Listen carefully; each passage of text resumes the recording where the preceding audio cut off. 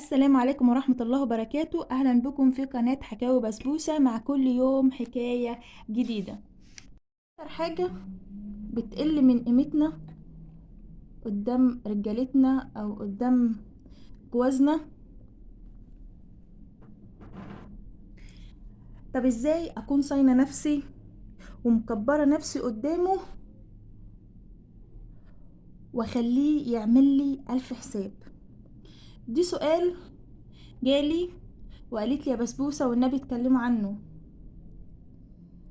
قبل ما اتكلم، واحدة صاحبتي كانت بتتكلم معايا والله، فبتقولي يا بسبوسة انا كنت تعبانة وكلمت اختي وقلت لها انا تعبانة، تعالي ايان تقعد معايا انا والعيال تساعدني في خدمة العيال اللي عندي ما تحسن شوية.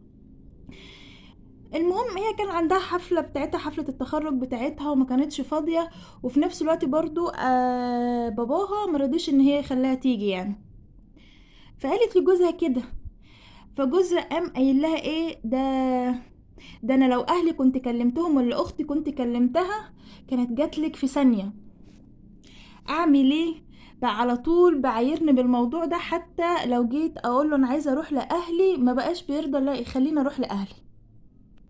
خلينا متفقين مع بعض كده في الاول ان اي مشاكل بتحصل في بيتي او بتحصل بيني وبين جوزي او بتحصل بيني وبين اهلي مش لازم كل الناس تعرفها، حتى الناس اللي انا بحبهم، لان اكيد يعني مش كل الناس هتبقى بتتمنى لي الخير، يعني اكيد طبعا يعني. قلت لها يا شيخة حرام عليكي، حرام عليكي، وانت رايحه تحكي له ليه اصلا؟ فقالت عادي والله انا مش كان قصدي اي حاجه، انا عادي كنت زعلانه عشان هي مرضيتش تيجي، فانا قلت ايه فهو سالني انت مالك لاني زعلانه فقلت مالك، فقلت له اللي حصل. اكبر غلطه، يعني اكبر غلطه احنا بنعملها كستات كده، ان احنا بنحكي عن مشاكل اهلنا قدام رجالتنا او قدام جوزي. والله العظيم والله العظيم هيجي في يوم من الايام وهيعايرك بالمشكله دي. لو اهلي مثلا الحاله الماديه بتاعتهم مش كويسه، مش لازم اقول لا، مش لازم ان انا اروح احكي له ده اهلي الحاله الماديه بتاعتهم مش كويسه. لو حصلت مشاكل في العيله مثلا بين اخواتي او بين ابويا واخواتي او بين امي واخواتي، مش لازم تماما تماما ان انا اروح احكي الحاجه ديت لجوزي. مش لازم. انت يعني ممكن تحكيها لصاحبتك احسن مليون مره ما تحكيها لجوزك. والله العظيم هيجي في يوم من الايام وهيعايرك بالحاجه دي. عارفه بعد كده يعني الموضوع هيعدي، او مثلا زي النظام اللي انا قلت لاختي تعالي وهي ما رضيتش. لو اختي جت في يوم من الايام تعبت، يعني هي ما عرفتش تيجي غصب عنها، بس لو هي في يوم من الايام تعبت وانا حبيت ان انا اروح اشوفها، والله ما هيرضى. هيفكرك على طول، هيقولك طب ما انت كنتي عايزاه وهي مش جات ليكي، انت ليه تروحي لها؟ طب انا ليه ما احكيش يعني المشاكل اللي بتحصل بين اهلي، يعني مشاكل حصلت عند اهلي ليه مش احكيها لجوزي؟ لو حصل مشاكل على ايا كان فلوس او حاجة وطلع معايا، يعني اتكلمت او حصل نفس المشكلة بس مش بالظبط، فهيقولك اقل حاجة هيقولك اه ما انت بتعملي زي اهلك. او لو قلت له ده ماما لما بتيجي تتخانق بتقول واحد اتنين تلاتة، فانت لو جيتي قلت اي كلمة من الكلام اللي امك بتقولها فهتقولك اه ما انت بتتكلمي زي امك، اه ما انت شاطرة في حاجة كده زي امك. اكيد يعني بصوا، فمش هيبطل ان هو يقارن اي حاجة حصلت باللي بيحصل في بيت اهلك، حتى لو مش لها اي صنف اللازمه او مش لها اي صله باللي بتحصل في بيت اهالينا، بس هيربطهم مع بعض. لا ده انت طريقه ده المشكله الفلانيه اللي حصلت عند اهلك، هيجي في يوم من الايام وهيفتح حتى لو جوزي كويس او كده.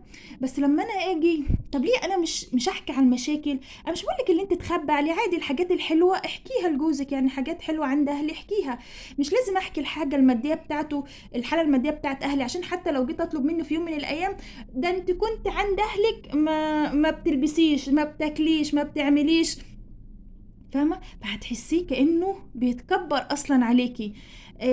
يعني بيقول او بيقارن عيشتك بعيشه اهلك اللي انت كنت عايشاها اصلا. فانت اصلا ممكن تبقى نسيت المشكله اللي حصلت، يعني المشكله اللي حصلت بينك وبين اهلك وحكيتها له، انت نسيتيها، بس هو مش هيبقى نسيها. والحاجة دي بتقل من قيمة أهلك قدامه، يعني ما بيعملش حساب ليهم، مش هيبقى عامل حساب ليهم. فلما مش يعمل حساب ليهم مش هيعمل حساب ليك على فكرة. يعني لو مش عمل حساب لأهلي مش هيعمل حساب ليا أصلا. طب هو هيعمل حساب ليا ازاي وهو أصلا يعني مش مدي قيمة لأهلي، يعني مش حاطط قيمة لأهلي. أما أنا لو مكبرة أهلي في نظره، ده أهلي والله الناس كويسة، ما بحكيليش، ما مش بحكي ليه أي مشاكل، ده حالتهم كويسة، ده جابولي، ده سوولي، ده هيعملوا، ده هيسووا. بصي بكبرهم قدامه. فأنا لما أكبر أهلي قدام جوزي أنا بكبر في نظري.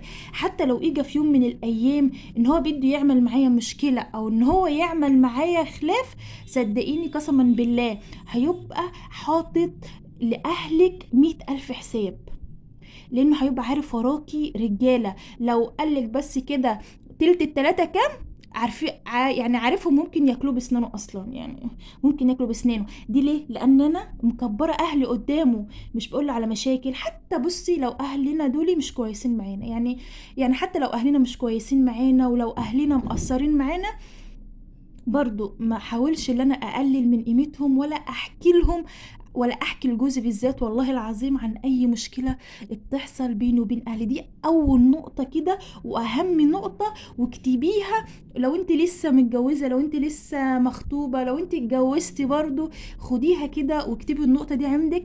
مشاكل اهلي ممنوع منعا تاما ان انا اتكلم فيها مع جوزي. بصي خالص، اتكلم عليه على الحاجات الحلوه، والله لو هفبرك حاجات حلوة كده واتكلم فيها عن جوزي، بس اي حاجة تانية اتكلم فيها مع جوزي مشاكل او اي حاجة لا. طيب الحاجة التانية معايا بسبوسة بقى. الحاجة التانية، اوعي يعني كده، اوعي منعا تاما تتكلمي عن صاحبتك قدام جوزك خالص، ولا تتكلمي عنها بالحلو ولا تتكلمي عنها بالوحش. يعني ازاي مثلا؟ يعني مش اقول لا ده دي تخنت، لا ده دي خست، لا ده دي جوزها بيجيب لها، او مثلا لا ده صاحبتي وجوزها اتخانقوا مع بعض، فلما اتخانقوا مع بعض هي وهم اتكلموا شدوا مع بعض قالوا كلام كذا كذا كذا. انت عارفه انت لو جيتي بقى في يوم من الايام وشديتي انت وجوزك فهيقولك ايوه ما انت بتعملي زيها، يعني زي صاحبتك يعني. وحاجه تانية برضو مهمه، هو اصلا في الوقت ده مش هيبقى يعني هو مش هيبقى شايف صاحبتك دي اصلا، يعني مش هيبقى شايف صاحبتك ولا اختك اصلا. لو انت بتتكلمي عنها مش هيبقى شايفهم، بس لما انت تيجي تتكلمي عنها انت بتخليه يفتح عينه ان هو يعني ايه يركز في الكلام اللي انت تقوليه، فيبص لها شوفه زي ما انت قلتي الكلام ده حصل ولا لا. طيب يا بسمة يا بسبوسة، يعني مثلا هي واصحابها اشتكلوا، هي وجوزها اتخانقوا وعملوا مشكله مع بعض، مش تروحي تقولي له برضو، يعني مش تروحي تقولي له ان هما الاتنين حصل بينهم مشاكل ولا كده، لانه يعني حتى لو هو مش في باله هيبقى في باله. فوالله العظيم لو جه بعد كده وحصل مننا نفس المشكله، مع ان مش هيبقى في دماغنا حاجه، بس لو حصل مننا نفس المشكله فهيقول لك ايه، ما انت بتتكلمي على فلانه وانتي بتعملي زيها. فدي تاني نقطة، لا اتكلم على مشاكل اهلي ولا اجيب سيرة يعني صحابي وصاحبتي او اختي، ولا اقول مميزاتها ولا اقول عيوبها ولا اقول اي حاجة خالص تخصها. شايفاك اللي ما حطيتش لايك للفيديو، يا ريت ما ننساش نحط لايك للفيديو عشان يوصل لاكبر عدد من الستات. واللي لسه ما اشتركش في القناة يا ريت يشترك في القناة ويفعل زر الجرس عشان خاطر كل ما تنزل حكاية بسبوسة جديدة توصل لكم كل حكاية اول باول. خلينا كده متفقين مع بعض ان انا كل ما اكون صاينه اهلي كل ما جوزي هيكون صايني وهيبقى شايلني في عينه الاتنين، وزي ما انا صاينه اهلي جوزي هيصوني وولادي كمان هيصونوني. يا ريت بقى تقولي لي في التعليقات حصل معاكي موقف من المواقف ديت ولا لا، واستنوني ان شاء الله في الفيديو الجاي في كل يوم حكايه جديده في حكاوي بسبوسه، ومع الف سلامه.